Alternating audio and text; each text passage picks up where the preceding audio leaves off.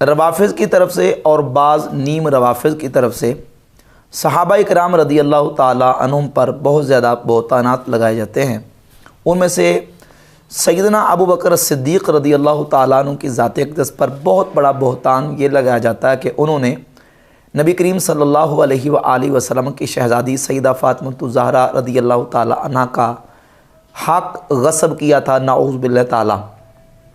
उनके पास जो बाग़ फ़दक था उनकी मिल्कियत में, और नबी अलैहिस्सलातु वस्सलाम ने उनको हिबा कर दिया था और नबी अलैहिस्सलातु वस्सलाम ने उनको तोहफ़तन गिफ्ट दे दिया था। और अबू बकर सिद्दीक़ ने अपने दौर खिलाफत में उस पर कब्ज़ा कर लिया और कब्ज़ा कर उसको गस्ब कर लिया था। ये रवाफ़िज़ की तरफ से एक मनफी प्रोपेगेंडा और बहतान लगाया जाता है, प्रोपेगेंडा किया जाता है। इसी तरह का एक तकियाबाज़ राफ़ज़ी जो अपने आप को अहले सुन्नत कहता है, अहले सुन्नत का लेबल इस्तेमाल करता है, टाइटल इस्तेमाल करता है, लेकिन रवाफ़िज़ ही के एजेंडे को और रवाफ़िज़ ही के नज़रिए को प्रमोट करता है। उस तकियाबाज़ राफ़ज़ी ने दबे लफ्ज़ों में सैयदना सिद्दीक़ अकबर रदी अल्लाह ताला अन्हु को नाऊज़ बिल्लाह ताला गासिब साबित करने की नापाक जिसारत की है। अपने तौर पर यह कहा कि मैं एक न्यूट्रल होके अर्ज़ फ़दक का, बाग़ फ़दक का मुकदमा वो कुरान मजीद की बारगाह में पेश करूँगा और कुरान मजीद से इसका हाल लेते हैं कि कुरान मजीद इसका क्या हाल बयान करता है। कुरान का दावा करके तो फिर फुतूहुल बुल्दान के हवाले पेश किए हैं कि फुतूहुल बुल्दान में ये मौजूद है कि सैयदा फ़ातिमा ज़हरा रदी अल्लाह ताला अन्हा अबू बकर सिद्दीक़ रदी अल्लाह ताला अन्हु के पास गई दरबार में, और दरबार में जाके कहा कि मुझे ये मेरा जो हक़ है वो दे दिया जाए। अबू बकर सिद्दीक़ ने कहा कि आपके पास गवाह कौन से हैं? उन्होंने गवाह पेश किए तो अबू बकर सिद्दीक़ ने कहा कि गवाहों का निसाब मुकम्मल नहीं है, लिहाजा ये मैं आपको नहीं दे सकता, और उस पर काबिज़ हो गए और वो बाग़ फ़दक जो है वो रोक लिया। दावा था कि मैं कुरान की बारगाह में मुकदमा पेश करूंगा और फिर फतूहुल बुल्दान के हवाले पेश किए। सवाल ये पैदा होता है कि ये झूठा और मकजूबा वाक़या, इसकी सनद कहाँ है? इसकी सनद सही साबित करो, ये झूठा वाक़या तुमने कहाँ से लिया है? ये बात करना कि नबी पाक अलैहिस्सलातु वस्सलाम ने सैयदा फ़ातिमा ज़हरा रदी अल्लाह ताला अन्हा को बाग़ फ़दक दे दिया था और फिर वो फ़दक लेने के लिए अबू बकर सिद्दीक़ से के पास गई और कहा कि मुझे मेरा हक़ दे दें, और फिर उन्होंने गवाह पेश किया और गवाहों को सिद्दीक़ अकबर ने रिजेक्ट कर दिए। झूठा वाक़या, मकजूबा वाक़या। और दावा क्या है कि मैं कुरान से इस मसले का हल आपके सामने पेश करने लगा हूँ। और फिर ये दावा भी किया जिस तरह के रवाफ़िज़ के ज़ाकिर अपनी तकरीरों में करते रहते हैं कि सैयदा रदी अल्लाह ताला अन्हा वो दरबार में गईं और 3 घंटे खड़ी रहीं, इस तरह ज़ाकिरीन करते हैं। उसी तरीके से उसी पैटर्न पर इस तकियाबाज़ राफ़ज़ी ने यह बात की है कि सैयदा पाक रदी अल्लाह ताला अन्हा दरबार में गईं। सवाल ये पैदा होता है कि ये जो लफ्ज़ दरबार है ये अरबी का लफ्ज़ है कि गैर अरबी का? ये फ़ारसी का लफ्ज़ है। दरबार में गई, इसकी जगह पे अरबी में कौन सा लफ्ज़ इस्तेमाल होता है जिसका तर्जमा तुमने ये दरबार किया है? क्या कोई वहाँ इमारत थी, कोई बिल्डिंग थी जहाँ अबू बकर सिद्दीक़ रदी अल्लाह ताला अन्हु एक तख्त के ऊपर तकिया लगा के बैठते थे और दाएँ बाएँ उनके जनाब नौकर चाकर खड़े होते थे? कोई इस तरह का दरबार की पोजीशन थी? बिल्कुल नहीं। सिद्दीक़ अकबर रदी अल्लाह ताला अन्हु मुसलमानों के मुकदमात के फ़ैसले करने के लिए मस्जिद नबी शरीफ में बैठा करते थे, नमाज मुसल्ला रसूल पे खड़े होकर पढ़ाते थे और वहीं बैठ के वो मसाइल का हाल लोगों के सामने बयान फरमाते थे। इस तरह का कोई जो दुनियावी जिस तरह बादशाहों के दरबार होते हैं इस तरह का कोई चक्कर नहीं था। लेकिन इस राफ़ज़ी ने चूँकि सिद्दीक़ अकबर रदी अल्लाह ताला अन्हु पर एक हमला करना था, रक़ीक़ हमला, तो उसने वही अंदाज़ इख्तियार किया जिस तरह राफ़ज़ी ज़ाकिर करते हैं कि सैयदा पाक रदी अल्लाह ताला अन्हा दरबार में गई। हालांकि उस तरह ये जो दुनियावी दरबारों वाला वहाँ कोई मामला नहीं था।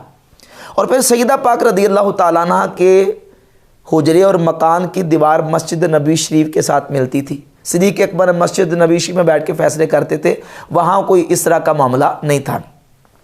और फिर सही बुखारी की हदीस को जब हम देखते हैं तो ये रिवायत चूँकि बिलमाना ज़िक्र हुई है उसमें ये भी मौजूद है कि सैयदा पाक रदी अल्लाह ताला अन्हा ने मुतालबा किया, और ये भी मौजूद है कि अरसलत इला अबी बकरिन, सैयदा पाक ने किसी को अबू बकर सिद्दीक़ के पास भेजा। तो हदीस बिलमाना के अतबार से इसका मज़मून ये निकलता कि सैयदा पाक रदी अल्लाह ताला अन्हा खुद नहीं गई बल्कि आपने किसी को मुतालबा करने के लिए भेजा। और इस पर करीना ये है, सही बुखारी के अंदर हदीस मौजूद है कि अज़वाज तय्यबात ने वरासत का मुतालबा करने के लिए हज़रत उस्मान गनी रदी अल्लाह ताला अन्हु को तैयार किया कि आप अबू बकर सिद्दीक़ रदी अल्लाह ताला अन्हु से हमारी तरफ से मुतालबा करें। अज़वाज तय्यबात ने उस्मान गनी रदी अल्लाह ताला अन्हु को तैयार किया था मुतालबा करने के लिए। तो सैयदा फ़ातिमा ज़हरा रदी अल्लाह ताला अन्हा भी खुद नहीं गई, बल्कि उन्होंने किसी को भेजा है। अब इस तकियाबाज रावज़ी ने यह कहा कि कुरान मजीद से ये मसला साबित है कि अम्बिया अलैहिमुस्सलातु तस्लीमात की वरासत तकसीम होती है और उनकी वरासत को आगे उनकी औलाद को दिया जाता है। वह वारिस सुलेमान दाऊदा, सुलेमान अलैहिस्सलाम हज़रत दाऊद अलैहिस्सलाम के वारिस बने। इसे साबित कर रहा है कि नबी पाक अलैहिस्सलाम की वरासत आगे तकसीम होगी। हालांकि इस आयत के सियाक़ व सबाक़ को आप पढ़ के देख लें।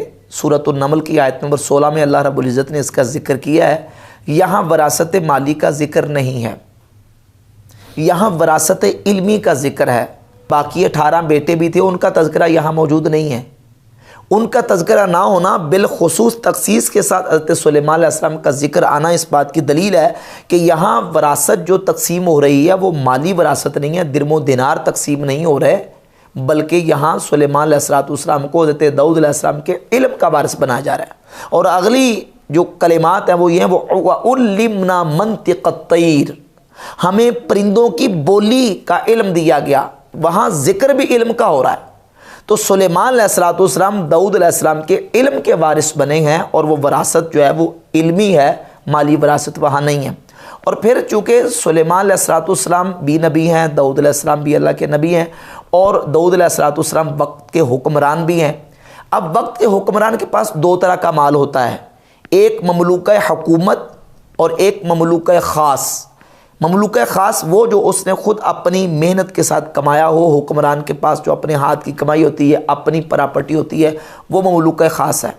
और ममलूका हुकूमत जो हुकूमत का माल होता है, बैतुल माल को होता है वो माल।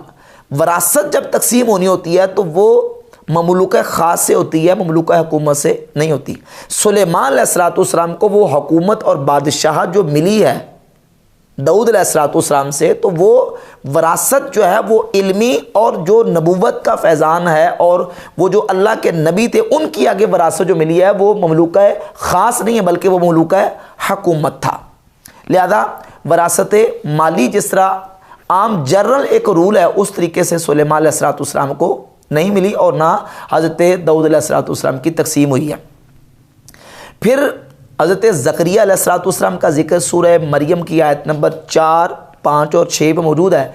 ज़करिया अलैहिस्सलाम ने अल्लाह रब्बुल इज़्ज़त की बारगाह में दुआ की, व इन्नी खिफ्तुल मवालिया मिन वराई व कानत इमराती आक़िरन फहबली मिन लदुनका वलिया। अर्ज़ करते हैं, या रब मुझे अपने रिश्तेदारों की तरफ से अपने बाद खौफ है और मेरी बीवी भी बांझ है, मुझे अपनी तरफ से कोई वली अता फरमा। यारिसुनी व यारिसु मिन आल याकूब, जो मेरा भी वारिस बने और आले याकूब का वारिस बने। ज़करिया अलैहिस्सलाम ने दुआ की है कि मुझे वारिस अता फरमा जो मेरा वारिस बने और आले याकूब का। अब अगर यहाँ वरासत माली मकसूद और मुराद थी तो फिर तो हज़रत याह्या अलैहिस्सलाम जो ज़करिया अलैहिस्सलाम के बेटे हैं वो हज़रत ज़करिया अलैहिस्सलाम के माल के वारिस बने, जबकि वो ये कह रहे हैं कि मेरा ही नहीं सिर्फ बल्कि मेरा भी और आले याकूब का। आले याकूब का जिक्र और करीना बता रहा है कि यहाँ जो है वो एक माली वरासत नहीं बल्कि जो वरासत इल्मी है, तसलसल के साथ चली आ रही है, उसका वारिस अल्लाह रब्बुल इज़्ज़त की बारगाह में दुआ कर रहे हैं ज़करिया अलैहिस्सलाम की, उसका मुझे वारिस अता फरमा। और फिर जब वारिस आ गया, अल्लाह रब्बुल इज़्ज़त ने याह्या अलैहिस्सलाम को इल्म अता फरमाया, किताब अता फरमाई। तो अल्लाह रब्बुल इज़्ज़त ने याह्या अलैहिस्सलाम को हुक्म दिया, या याह्या खुज़िल किताब बिक़ुव्वा। ज़करिया अलैहिस्सलाम के वारिस याह्या अलैहिस्सलाम को यह नहीं कहा कि खुज़िल माल बिलकुव्वा, माल को जो तुम्हें अपने वालिद से विरासत पहुंचा उसको मजबूती से पकड़ लो। ये फरमाया गया खुज़िल किताब बिक़ुव्वा, आप मजबूती के साथ इस किताब को पकड़ लें जो उनको अल्लाह रब्बुल इज़्ज़त ने अता फरमाई थी। और फिर हज़रत ज़करिया अलैहिस्सलाम ने जो खौफ किया है अपने बुढ़ापे की उम्र में, क्या अल्लाह के नबी से ये मुतसव्वुर हो सकता कि अल्लाह के नबी को बाद में ये खौफ हो कि जब मैं दुनिया से चला जाऊंगा तो मैंने जो माल कमाया है, मेरे पास माल मौजूद है, ये माल मेरे पीछे रिश्तेदार उसको ख़राब कर देंगे या कब्ज़ा कर लेंगे। क्या अंबिया अलैहिमुस्सलात व तस्लीमात की बारगाह में यह तस्वुर किया जा सकता है कि उनको दुनिया के माल की फ़िक्र पड़ी रहे? इन्नी खिफ्तुल मवाली या मिन वराई, ज़करिया अलैहिस्सलाम का ये कहना कि मेरे बाद मुझे अपने रिश्तेदारों से डर है, किस बात का? कि वो जो वरासत इल्मी है वो उसको कायम नहीं रख सकेंगे, लिहाजा या अल्लाह तू मुझे उस वरासत इल्मी का वारिस अता फरमा ताकि वो मेरा वारिस बने और ये सिलसिला इल्म का आगे जारी सारी रहे। तो इन आयात से वरासत इल्मी का जिक्र तो मिलता है, वरासत माली की तकसीम का जिक्र नहीं मिलता। और फिर कुरान मजीद में जहाँ वरासत के उमूमी मसाइल और अहकाम बयान किए गए हैं, उन आयात में जो मुखातब है वो नबी करीम अलैहिस्सलाम की उम्मत है, उसमें उम्मती मुखातब हैं, अंबिया अलैहिमुस्सलात व तस्लीमात मुखातब नहीं है। उसमें मुखातब मुजमल है और उस मुजमल मुखातब की तफसील जो है, उस इजमाल की तखसीस जो है, अल्लाह रब्बुल इज़्ज़त जल्ला शानहू ने जो वरासत के मसाइल और अहकाम बयान किए हैं, सैयदना अबू बकर सदीक़ रज़ी अल्लाह तआला अन्हु ने हदीस बयान की जो कि अहले सुन्नत की किताबों में और अहले तशय्युअ दोनों की किताबों में मौजूद है। इमाम जाफ़र सादिक रज़ी अल्लाह तआला अन्हु से अल उसूल मिन अल काफ़ी के अंदर और सही बुखारी के अंदर यह हदीस मौजूद है कि नबी पाक सल्लल्लाहु तआला अलैहि व आलिहि वसल्लम ने फरमाया कि अंबिया अलैहिमुस्सलात व तस्लीमात अपनी विरासत में दिरमो दिनार छोड़ के नहीं जाते, बल्कि वो इल्म छोड़ के जाते हैं। अब इस हदीस ने उस इजमाल की वजाहत कर दी कि यहाँ मुखातब नबी नहीं है, बल्कि मुखातब कौन है? उम्मती है। इस तरह कुरान मजीद में हुक्म है, फनकिहू मा ताब लकुम मिनन निसाई मसना व सुलासा व रुबा, तुम निकाह करो जो तुम्हें औरतें पसंद आ जाएं, 2-2, 3-3, 4-4। अब ये 4 तक का जो इजाज़त अल्लाह रब्बुल इज़्ज़त ने 4 तक की इजाज़त दी है, ये उम्मतियों को इजाज़त है। इस आयत का मुखातब नबी है ही नहीं, यानी जो आयत है इसमें खिताब मा ताबा लकुम, कुम ज़मीर का मुखातब उम्मत है, नबी करीम अलैहिस्सलातु वस्सलाम इसके मुखातब नहीं है। इसी तरह जो आयाते विरासत उमूमी आयात हैं जिसमें उमूमी अहकामात बयान किए गए हैं, उनमें अंबिया मुखातब नहीं बल्कि उम्मती मुखातब है। और फिर इस तकियेबाज़ राफ़ज़ी ने यह कहा कि अबू बकर सदीक़ रज़ी अल्लाह तआला अन्हु ने ख़बर वाहिद से इस्तदलाल किया है, जबकि कुरान मजीद से विरासत का सबूत मिलता है। जबकि हकीकत ये है कि ये जो हदीस है कि अंबिया की माली विरासत तकसीम नहीं होती, ये ख़बर वाहिद है ही नहीं, ये ख़बर मुतवातिर है। 10 कम अज़ कम सहाबा ऐसे हैं जो इस हदीस को बयान कर रहे हैं और इसको रिवायत करते हैं, इसकी तस्दीक करते हैं। सैयदना अबू बकर सिद्दीक़, उमर फ़ारूक, उस्मान गनी, मौला अली, हज़रत सैयदना साद, अब्दुर्रहमान बिन औफ़, हज़रत ज़ुबैर और हज़रत अबू हुरैरा, हज़रत सैयदना अब्बास, हज़रत अम्मा आयशा सिद्दीक़ा रज़ी अल्लाह तआला अन्हा, दीगर 10 सहाबा किराम रज़ी अल्लाह तआला अन्हुम इस हदीस के रावी हैं, इसकी तस्दीक करने वाले हैं। तो ये ख़बर वाहिद है नहीं। और अगर ख़बर वाहिद हो भी तो तब भी जो अहनाफ का उसूल है कि आम की तखसीस ख़बर वाहिद से नहीं हो सकती, वो उस आम की बात है जो लम यखुस्सा अनुल बाज़ु हो। आम की 2 किस्में हैं, आम खुस्सा अनुल बाज़ु और आम लम यखुस्सा अनुल बाज़ु। आम की एक किस्म वो है जिसमें से बाज़ अफराद को ख़ास ना किया गया हो, और दूसरी वो किस्म है कि जिसमें से बाज़ अफराद को ख़ास कर लिया गया हो। जिसमें से बाज़ अफराद को ख़ास ना किया गया हो उसकी तखसीस ख़बर वाहिद से नहीं हो सकती, और जो वो आम हो जिसमें से बाज़ अफराद को ख़ास कर लिया गया हो उसकी तखसीस ख़बर वाहिद से हो सकती है। लिहाजा ये जो विरासत के उमूमी अहकामात व मसाइल है, ये वो आम है जो खुस्सा अनुल बादु है, जिसमें से बाज़ अफराद की तखसीस की। मसलन कोई काफिर है तो मुसलमान का वारिस नहीं बनेगा, काफिर मुसलमान का वारिस नहीं बनेगा, कातिल मकतूल का वारिस नहीं बनेगा, और जो औरत जिस पर लानत की गई है उसका बेटा फौत होने के बाद उसका बाप उसका वारिस नहीं बनेगा। ये वो अफराद हैं जिनको ख़ास कर दिया गया है, और ये अहले तशय्युअ की किताबों में भी ये बात मज़कूर है और वो मानते हैं कि ये अफराद ख़ास है। लिहाजा जो विरासत के उमूमी अहकामात व मसाइल हैं उनमें से बाज़ अफराद को ख़ास कर लिया गया। जब ख़ास कर लिया गया तो ख़बर वाहिद के साथ ऐसे ख़ास की तखसीस मज़ीद हो सकती है। और फिर दूसरी बात यह कि ये जो हदीस है सैयदना अबू बकर सिद्दीक़ रज़ी अल्लाह तआला अन्हु ने बयान फरमाई है, ये ख़बर वाहिद थी क्या उनके लिए, सिद्दीक़ अकबर के लिए। अबू बकर सिद्दीक़ रज़ी अल्लाह तआला अन्हु को ये खबर किसी से पहुंची थी, किसी ने उनको बताया था? नहीं, बल्कि ये डायरेक्ट रसूलुल्लाह सल्लल्लाहु अलैहि वसल्लम से उन्होंने सुनी थी। और जब सहाबी हुजूर नबी करीम अलैहिस्सलातु वस्सलाम से डायरेक्ट सुनता है तो उसके लिए वो खबर वाहिद नहीं रहती, बल्कि उसके लिए तो कुरान की आयत की तरह वो कतई हो जाती है। दरमियान में कोई वास्ता नहीं है, किसी ने आके खबर नहीं दी, दरमियान में बिला वास्ता उन्होंने डायरेक्ट अल्लाह के रसूल सल्लल्लाहु अलैहि वसल्लम से सुनी। तो सदीक़ अकबर ने यह फ़ैसला अल्लाह के नबी अलैहिस्सलातु वस्सलाम के फरमान के मुताबिक किया है। खबर वाहिद वाली बात भी उसने एक धोखा देने की राफ़ज़ी ने कोशिश की है। और फिर ये कहा है कि कुरान मजीद में अल्लाह तबारक व तआला ने नबी करीम अलैहिस्सलातु वस्सलाम की जो बीवियों के घर हैं उनको नबी अलैहिस्सलाम की तरफ मंसूब किया है। बुयूतुन नबी कुरान ने उनको कहा है, तो वो तो नबी अलैहिस्सलातु वस्सलाम के घर थे। जब आप अलैहिस्सलातु वस्सलाम के घर थे तो फिर वो नबी अलैहिस्सलातु वस्सलाम की बीवियों को विरासत के तौर पर दिए गए। जब बीवियों को विरासत दी जा सकती है तो फिर सैयदा फातिमा ज़हरा रज़ियल्लाहु तआला अन्हा को विरासत क्यों नहीं दी जा सकती? तो उसके जवाब में मैं कुरान मजीद की आयत का ही हवाला दूंगा। अल्लाह तबारक व तआला ने कुरान मजीद में इन घरों को नबी करीम अलैहिस्सलातु वस्सलाम की बीवियों की तरफ भी मंसूब किया है। वक़र्न फ़ी बुयूतिकुन्ना वला तबर्रजन तबर्रुजल जाहिलियतिल ऊला, ए नबी की बीवियों अपने घरों में ठहरी रहो। बुयूतिकुन्ना वक़र्न फ़ी बुयूतिकुन्ना, अब कुन्ना ज़मीर का जो मुखातब है वो नबी करीम अलैहिस्सलातु वस्सलाम की बीवियाँ हैं।